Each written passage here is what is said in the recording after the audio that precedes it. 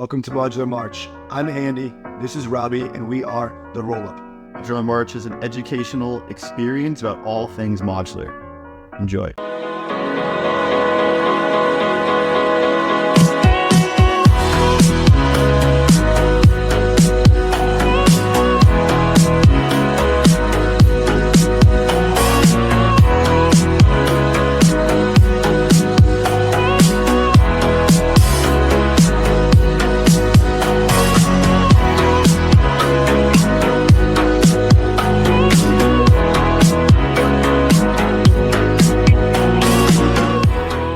Here today with Jon Kol, not the rapper, from Hyperlane. If you watched our recent interview, we had a really short conversation about modular expansion, and today we're going to expand upon that.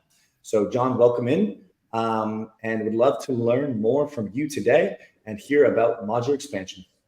Yeah, no, Andy, it's good to be back. Always fun to be on here with you boys, whether it's, when we're recording in person like we did in Denver, or, another more like studio episode like we did before. I'll I'll spare folks, a broad introduction and like life story. If people want that, definitely they can check out the first episode we did. We had a bit too much fun on that one. So I'm here from Hyperlane, and like just a little bit of context. What we're doing with Hyperlane is we are building the world's first truly open framework for interoperability, something that should let anyone connect any chain and do it on their terms. And kind of what I liken it to is,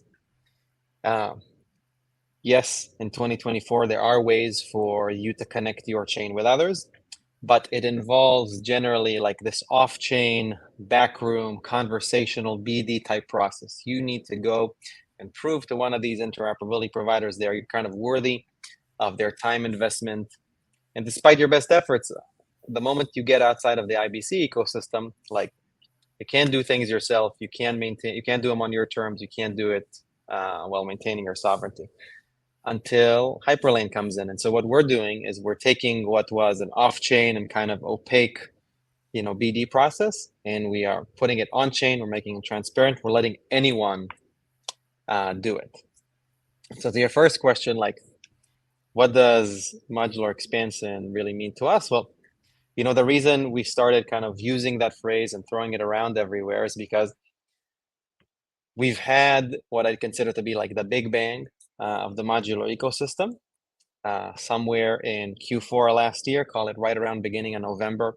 And that was the culmination of a bunch of events. Celestia's launch was the headliner. It gave us the first alternative DA layer, and so really opened the gate for it. But it wasn't just that, it was a few other things all coming together at the same time, notably, right, the continued like maturation of the roll-up frameworks, right? So like the amazing work by people at Arbitrum and Optimism with the roll-up frameworks, the great work by the roll-up providers like Caldera and Conduit and AltLayer and others. All of these, when put together, made it really, really, really easy for the first time to create your own chain, your own roll-up. So much so that like it could actually be done in hours to a couple days, and soon will probably be minutes, versus what was a multi-month process beforehand. And so start seeing this big bang's happening, or we're getting an increasing number of roll-ups. Now this is moving towards the expansion phase. You're starting to see these coming out on a regular cadence. But what we've believed in Hyperlane, what we've argued, is that like it doesn't really make sense to talk about the modular stack without talking about interoperability. You have all these trends, and all they're doing is like driving down the cost of creating the next rollup. Well, that's great. That means that more and more rollups are going to be created. But how do they connect to each other? How do they connect to existing chains? How do they transfer value? Like, if you think of, right, a lot of people, I'm one of them, like the analogies of like blockchains as cities, as population centers. Well, like, how many people want to move to a new city that's in the middle of the desert and has no airport, no roads, you can't connect, like there are some people who would want that, who completely want to live like off the grid. Generally speaking, you want to have commerce and trade routes, and you want to have a way to go between that city and the established ones. That's how cities can grow much more quickly.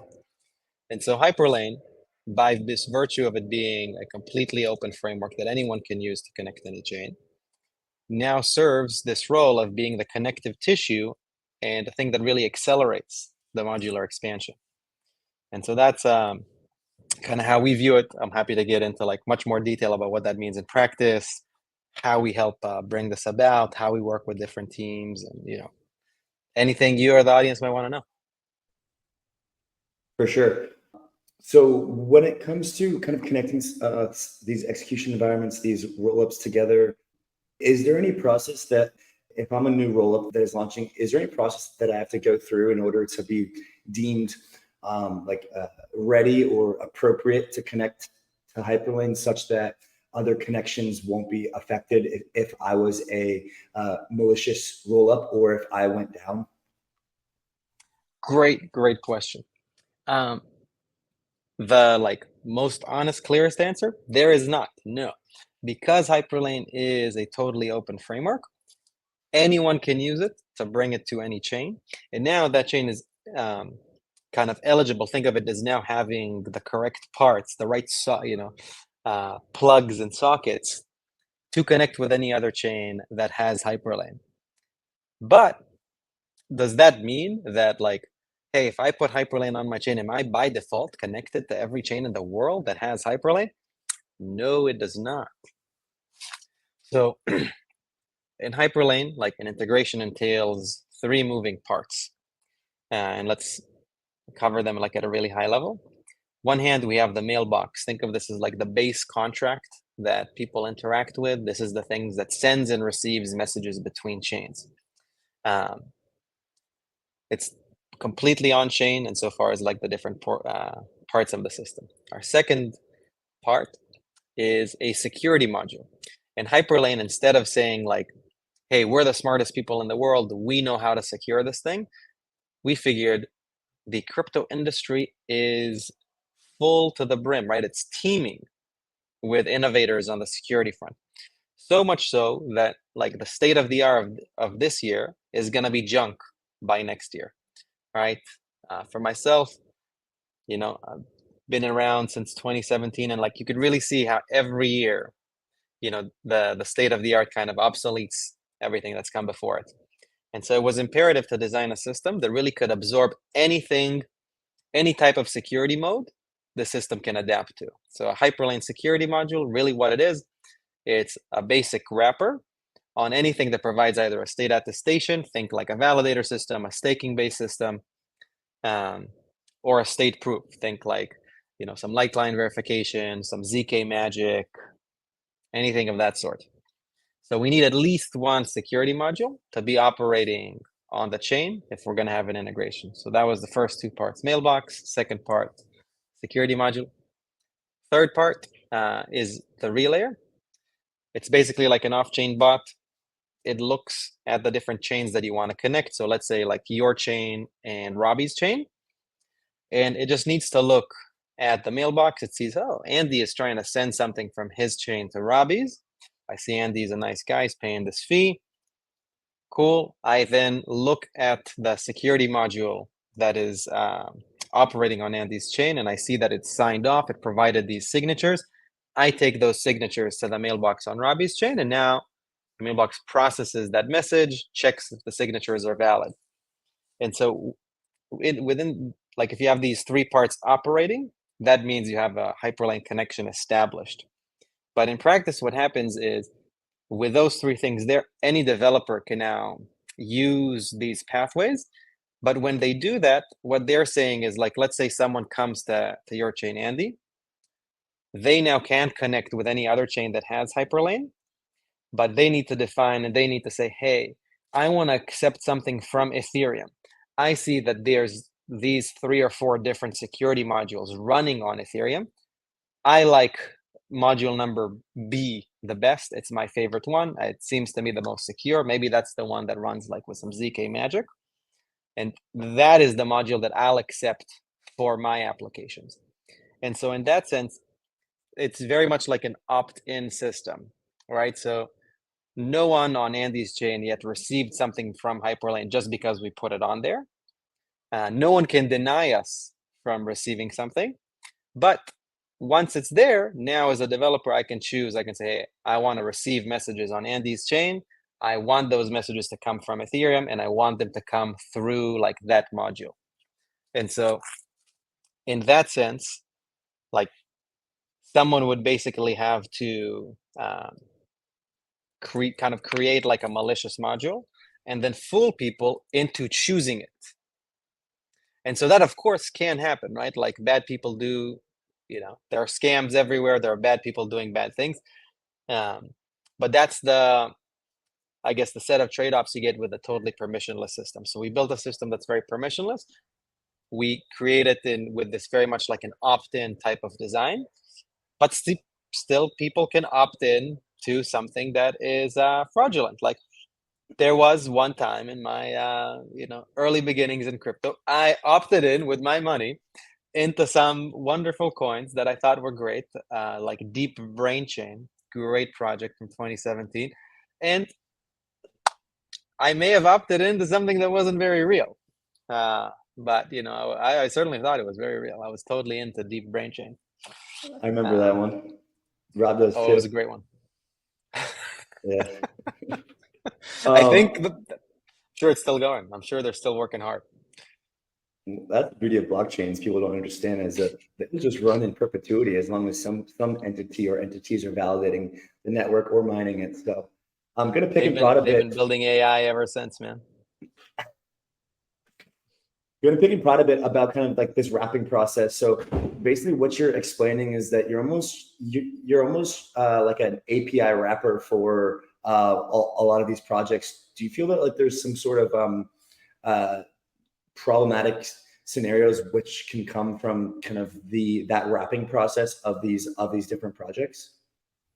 Totally, yeah. Now, I think right, like from our perspective, we believe very much in like transparency and openness. Maybe it's like the direct nature of like the Israeli in me, but it's much easier to just like start off and talk about all the things that could go wrong, right? And like just being very upfront about. So in this world, anyone can create a module, right?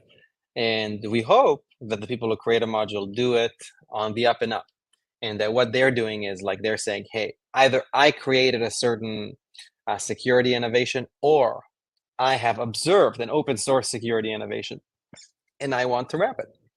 And so based on that, we hope that everyone will do the right thing and will just actually wrap true innovations as security modules. But someone else could say, hey, look at me. I follow the instructions. I have created a module that, I'll call it, let's say, the wonderful ZK module. And so like they could totally like wrap something malicious, right? Where they say that it's one thing, but in practice, it is absolutely not that thing. They could advertise for it. They could do everything in their power to make it seem legitimate, maybe even operate it legitimately for a long while and kind of, create a sort of like long con. And then one day after they've had enough,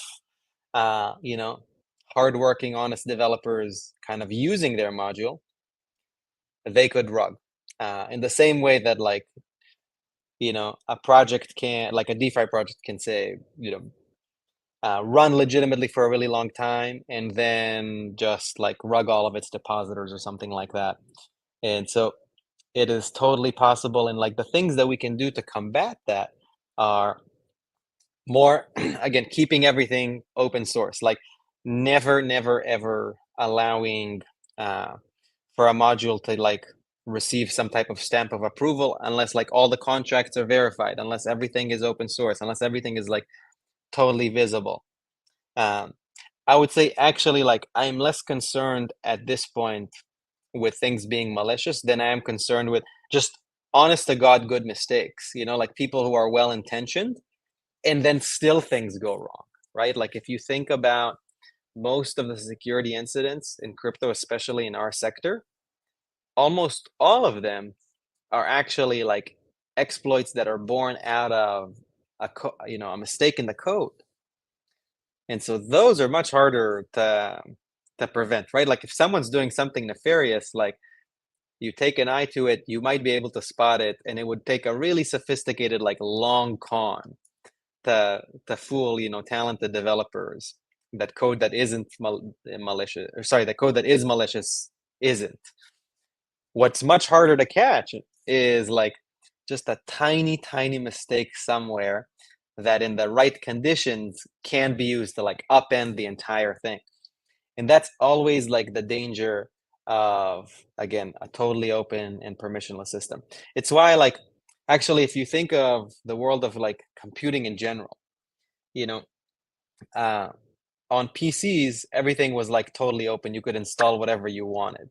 But there was, like, I guess I'm a little, I'm old now, but all my friends, I was like the tech guy, or like the tech nerd, and people would want me to come install stuff for them, or like when they were downloading, they would ask me and my buddy, like, where should we download from? Because the internet was like a very dangerous place. You didn't want to get a virus on your machine.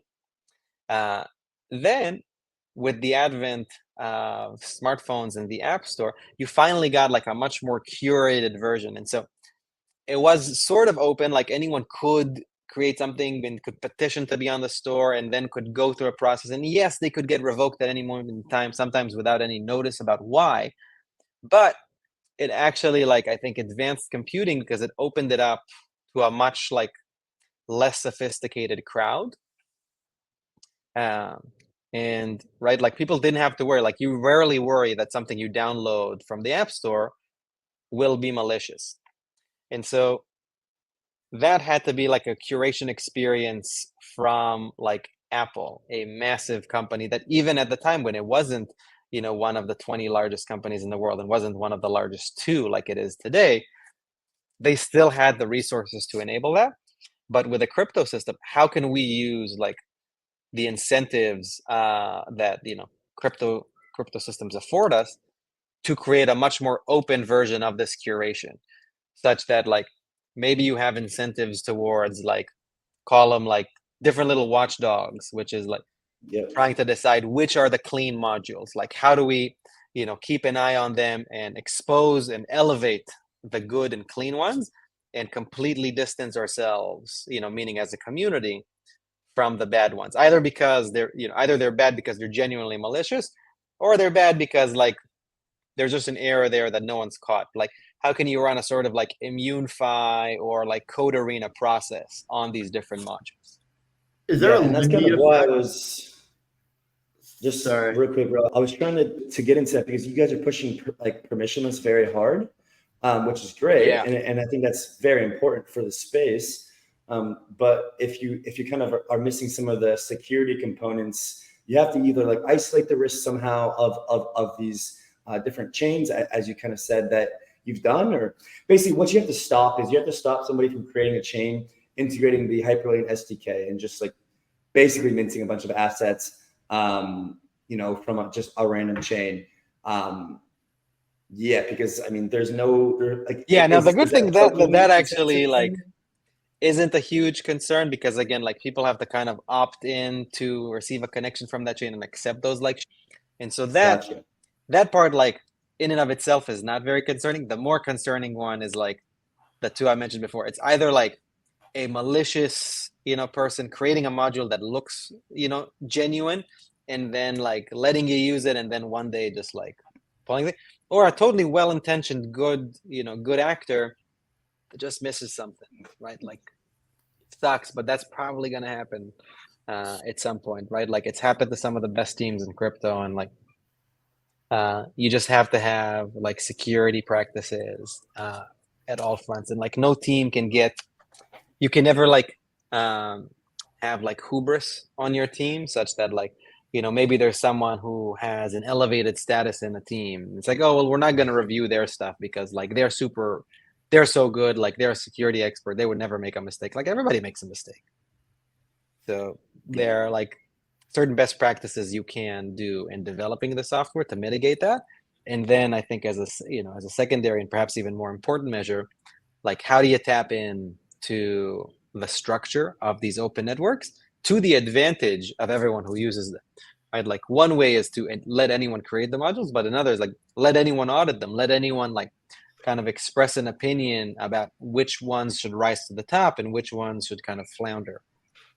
So you mentioned how it's not so much about the chain because people opt into which chains they want to connect to. It's more about the security modules. And right now it's permissionless to create these security modules. Are you doing any, and you mentioned that like anyone can audit them, which is kind of like the validation mechanism to double check if there's any vulnerabilities with any of those modules. Is there an incentive mechanism, or generally how do you think about the potential vulnerability of either malicious or buggy security module? Like, what is the current practice to mitigate that now? And if there is any practice, I'm curious if there's an incentive mechanism that you could use to incentivize secure modules. So there are two processes right now, which are the first, which I mentioned, is basically like internally, multiple eyes on it, like anything that is going to touch funds, anything that's going to like serve as the substrate for different modules goes through multiple reviews and multiple reviewers.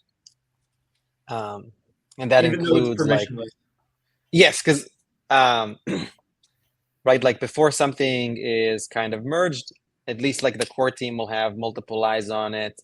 Now, again, we can't stop you from like doing something in your own repo, but like if it's going to get merged into like the core repo, right? By now, it's not just like our core development team that runs that. There's a bunch of different contributors to that repo, but still like try to get eyes from multiple sources. And then, of course, like audits on some of the more prominent ones. And the second thing is kind of, you mentioned incentives, like having open bounties through systems like Immunify.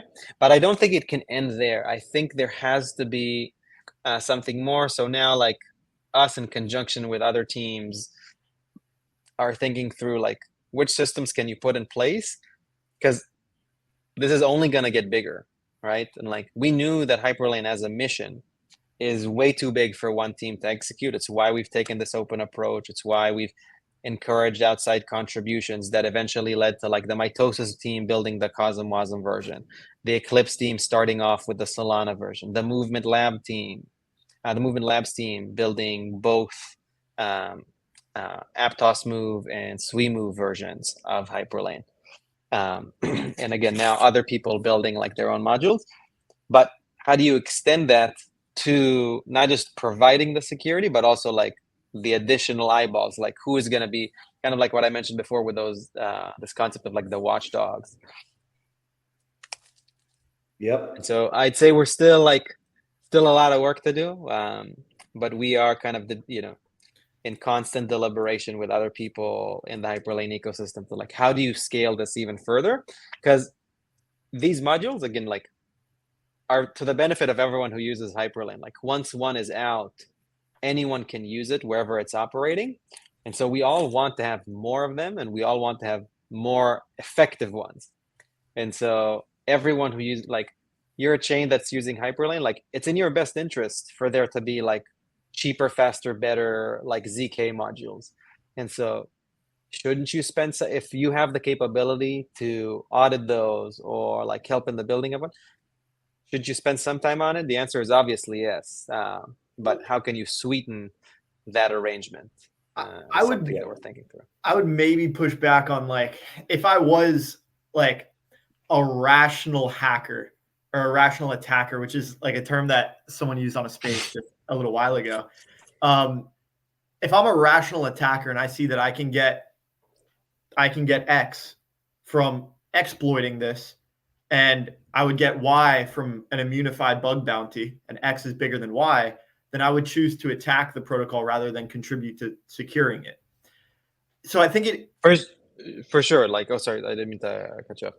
Well, just that from the incentives perspective, this is like the cost of corruption. Like this would mean that if there is a higher cost to corrupt it than to protect it, then we would expect an attacker to do whichever one's in their economical best interest.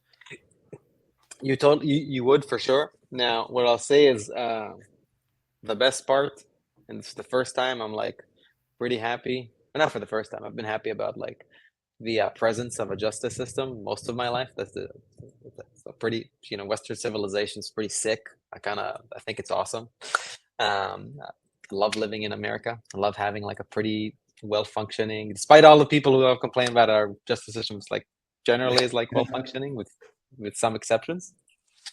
Right. There's legal in that consideration. incentive calculation, correct. Yeah. So like the cost of corruption, folks, we will talk about that, depending on like what, let's say in like a proof of stake, there are things that you could do that actually look like corruption, are clear like forms of malfeasance that don't fall under, like, they're not actual crimes per the justice.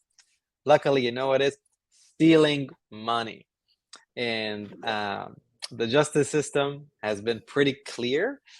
And I think that's why you've seen pretty much, if you look at like the last 18 to 24 months of hacks, they are all from people who are completely outside the system, meaning like folks who that system does not recognize in any way, right? Like the, let's say, Lazarus groups. That's a criminal enterprise that is completely outside the bounds of the system. So of course, like whoever they can attack, they do. But like the standard hackers who like maybe in 2018, 19, 2020 even would have like taken the money and run. Now they realize that like that's very, very difficult to do. And so that's why you're seeing all these negotiations. You're seeing this like, hey, I have your protocol hostage. I demand, you mentioned, right, like I can get X or Y. I demand Y to be like some percentage of X, like say 5%, 10%. In that way, converting them into like, if you want to call them white hats, because they are kind of still doing something kind of nasty, but yeah, converting them closer to the path of the light with dollars. And so you have to still be worried about like those extrajudicial actors, right? Because like they're completely outside the system. They will always go for X because there is no point for them with Y. They just have a complete different calculation. The thing with them, they were never going to like support your security. And so they're just like, there are bad guys in the world, and I'm not like here to, decide on their morals, but like they do things that we would consider to be bad things, and you'd have a hard time changing them. I think with the emergence of the justice system into our space, right, like whether we want it or not, that has basically helped redefine the bounds properly, such that if you don't want to deal with that, like now you're much more likely to think about Y than you were about X, almost irrespective of the delta, because like the calculation is now it's not just, oh, I can get Y or I can get X. X is much larger. I'm going to get X.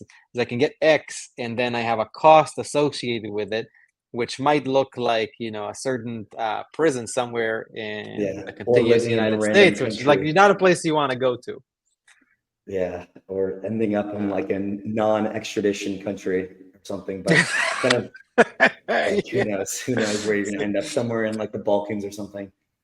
Yeah, so it's basically like, what can you not change? Like, we're not going to be able to change the way that people like Lazarus or folks of their capabilities and motivations are, and then how can we work with the ones that you can change, right? Someone who maybe like 2 years ago would have done something nefarious, but today is like much more incentivized to just like notify you of the issue, give them a big bounty. Because those people are actually really useful, right? Like Immunify has been useful for Hyperlane and to thousands of other projects as well. Yeah, I mean, I think you're even furthering this idea behind like security for interoperability, and not so much just like with the legal ramifications, but like the incentive model. But even still, like I'm going to press and poke even further. Like I think this idea of like unified API is not necessarily as strong as like unified security, because security kind of forces liquidity fragmentation. So, let's say, let's throw it back to like Harmony. Harmony got hacked, and even before they were hacked, the bridge was sketchy. People were kind of sketched out about it. And so, the wrap tokens there were a little bit lower, like USDT was 0.98 or a little bit lower. The yields were higher, right? Because you have to incentivize people to come over. Yeah. And so then you kind of have these like pockets of liquidity across different chains based almost on like the pricing of the wrap tokens as well as the yields based on like the security. So I'm not sure that like this like unified API of all chains is as good of a model as like a unified security model. For sure. I think, you can make like good arguments on either side. If you have something like unified security, say like shared security in one pool across everywhere, it does mean that a single like contamination, right, contaminates the whole pot. And so if you think about like what the modular movement represents, we started this off by talking about like what modular expansion really means. If we were going to deal with, say, like a well-known, well-established number of chains, call it like a couple dozen, something like that, then you could, envision some like standardization emerging, and like we could all be civilized within it. We could police that really well. But the modular movement is creating basically like a complete open border policy. Anyone, you have a chain and you have a chain, everybody gets to have a chain. And so in that one, right, like the concern that you first raised is like the correct one. In that shared security, like either I create like a very, very difficult, call it like immigration standard, which is, if you want to join this pool, like you got to be this tall, you got to have like this good grades, you got to have like this track record, etc., which is of course going to be like a very limiting factor for the modular ecosystem's growth. But at the same time, like is kind of necessary because you don't want just anyone to be able to come in, benefit from this pool, and then also contaminate it.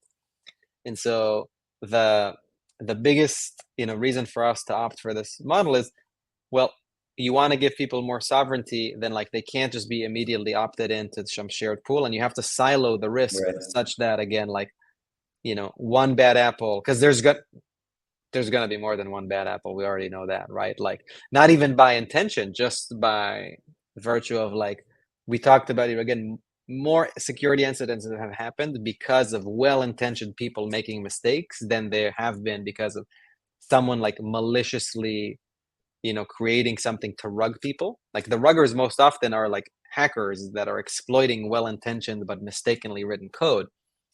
And so I think that's why for this ecosystem in particular, I think this model, it's true, it has its faults, but we just have to build around them and kind of like make do with them, because the alternative of just a completely shared model, it's too risky.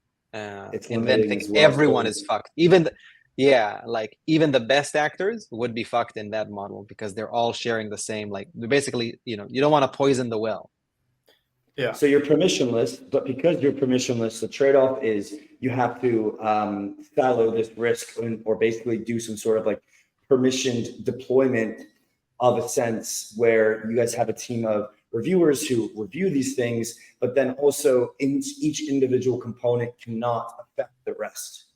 And basically like people have to opt in to communicating with you, right? Like, in that sense, I could get, if I wanted to accept assets from, say, like if you wanted to accept assets from my chain and say like my chain becomes contaminated, then like only once you've opted in can you like, get this sickness right here, can get this contamination. But the fact that like I have contamination on my side, until you opt into that, like you're in the clear. And so, right, like no free lunch, as they like to say. Call that the Eat Denver cold. Don't want that. The modular day after party cold. People didn't opt into that one. That was a shared. We all shared in the same security of being in the same space, and a couple of germs walk in, and before you know it, everyone leaves with 5 days of decommissionment. I had another analogy, but I think that one was even better.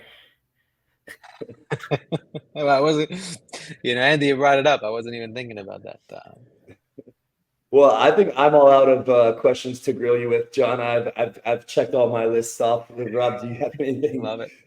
My last question was going to be an analogy to cross margin lending markets and isolated lending markets, and if that's a fair analogy. But well, and yeah, that feel free to answer that question. But I think the ETH Denver shared security model is even more accurate of an analogy. So on the cross margin one, like it is similar in the sense that where like you so if basically like you chose if the asset you chose to accept as like your cross margin collateral, if that becomes like shitty or unavailable for whatever reason, then the entire system is fucked. Now, while it's working and while it's great, everything is everything is wonderful because we can galvanize around this like singular margin asset, and that's very convenient. But the moment that falls off, and so like that's how you can have that risk not being siloed can affect the entire system. And that actually like is why when different venues like which extend the margin to their clients, like I used to work in Morgan Stanley, and like our prime brokerage, one of its key things was trying to have like a central risk book to understand like what are our risks, like we are extending margin to all these clients, and like we have to understand what does our risk look like at any point. And when as soon as you start spotting contamination, like they basically do the it's kind of like equivalent to amputation. It's like there's something wrong with that client, cut them off. Makes sense. And so in crypto, that's like it's very difficult to design a permissionless system and do that at the same time, because like you lack the ability to cut things off in a coordinated sense. And so it's actually like I would agree. I would say it's a pretty good analogy. Got it. Yeah, the idea of a contagion, I think, makes a lot of sense too. Yeah. Well, it all comes from disease models, so that's why the Denver one made sense. Yep. Yeah. Yeah. I think relatively healthy after Denver. I don't know about you guys. Maybe I just have Me too. I gotta say, the immune system. You go to enough Denvers. You just build different. You learn how to operate. It's like when you're interacting cross chain on Hyperlane, you're gonna learn which modules to choose. That's right. Yep. That's right. John, I think I got one more, which is that some of these contagions can start to arise when you're when you're communicating these messages, and if you do have a chain or security module that gets compromised. Theoretically, and I realize it's still so early, ZK is supposed to solve that so that there is no contagion that can happen when you're sending something with a proof. Is there a world where Hyperlane adopts ZK technology and goes the shared route? Like, yes, but basically, like the way that would happen is so Hyperlane like already has. So just last week, one of the a module that kind of wraps the succinct prover kind of reached its code completion phase. And previously there was one from Electron Labs. So in that sense, like ZK is available through the Hyperlane system, where the limiting factor is, well, where is that module running? And so again, like, yes, it's running on Ethereum, so like you can use outbound from Ethereum, but is someone running it on like, Andy's rollup? Not yet. And so like once some ZK technology becomes completely ubiquitous and is so easy and cheap to run that it can be run everywhere, you can definitely see that becoming like shared within the scope of that module. And people could have even like silos of that if they wanted to, but it becomes far less like imperative to do that. And the nice thing is like, right, that's not happening tomorrow, but it could very well happen in the next 5 years.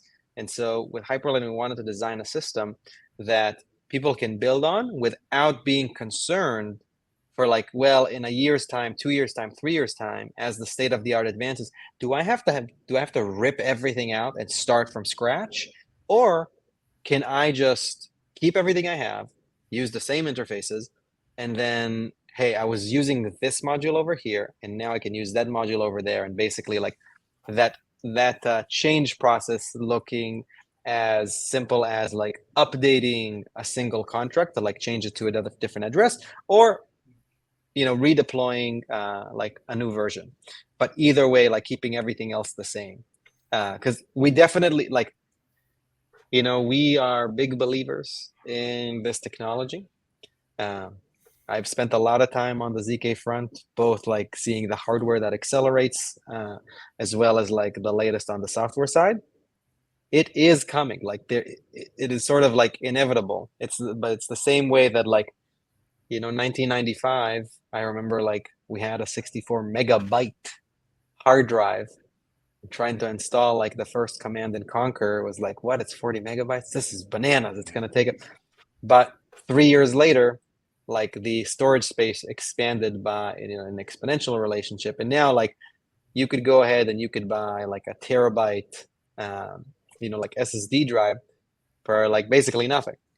So that is all to say that I think by the end of the decade, ZK is going to be much more ubiquitous. And so we are trying to build a system so that it can adapt to that with like minimal disruption. In practice, does that mean there's a modular consolidation to a single security module? There might be. It's like it's through time. You know how like a lot of people will say that like all of tech has been like the bundling and unbundling of different services.